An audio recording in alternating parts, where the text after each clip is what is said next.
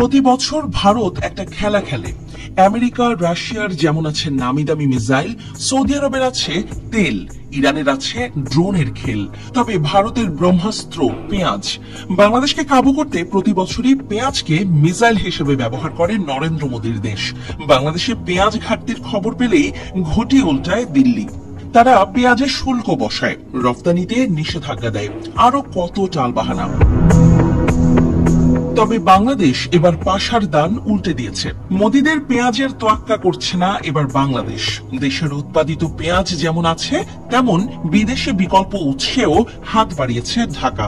সব মিলিয়ে দেশে আর ভারতীয় পেঁয়াজ না এলে হাহাকার হয় না, উল্টো ভারতীয় পেঁয়াজ আর বাংলাদেশে চলছে না। সম্প্রতি পেঁয়াজ রপ্তানি থেকে শুল্ক তুলে নিয়েছে ভারতের রাজস্ব বিভাগ। আগামী 1 এপ্রিল থেকে এই শুল্ক তুলে নিচ্ছে দেশটি। এতদিন পেঁয়াজ রপ্তানিতে 20% শুল্ক ছিল, অর্থাৎ এখন থেকে ভারতের রপ্তানিকারকেরা বিনা শুল্কে পেঁয়াজ রপ্তানি করতে পারবেন। প্রায় 1.5 বছর ধরে ন্যূনতম দর বেঁধে দেওয়া সহ পেঁয়াজ রপ্তানিতে নানা বিধিনিষেধ আরোপ করে রেখেছিল ভারত সরকার। এবার সেখান থেকে বেরিয়ে এলো তারা।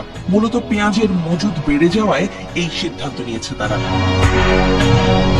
2023 সালের ডিসেম্বরে ভারতের কেন্দ্রীয় সরকার অভ্যন্তরীণ বাজারে সরবরাহ ধরে রাখতে পেঁয়াজ রপ্তানি নিষিদ্ধ করে। ওই সময় অভ্যন্তরীণ ঘাটতির আশঙ্কায় পেঁয়াজ রপ্তানি নিষিদ্ধ করে ভারত। 8 ডিসেম্বর থেকে 2024 সালের 31 মার্চ পর্যন্ত রপ্তানিতে নিষেধাজ্ঞা আরোপ করা হয়।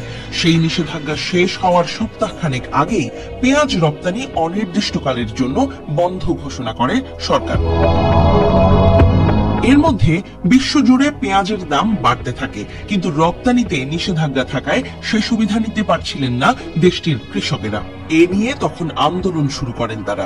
আন্দোলনের মুখে ও লোকসভা নির্বাচন সামনে রেখে গত বছরের 4 মে আবার পেঁয়াজ রপ্তানির অনুমতি দেয় ভারতের কেন্দ্রীয় সরকার।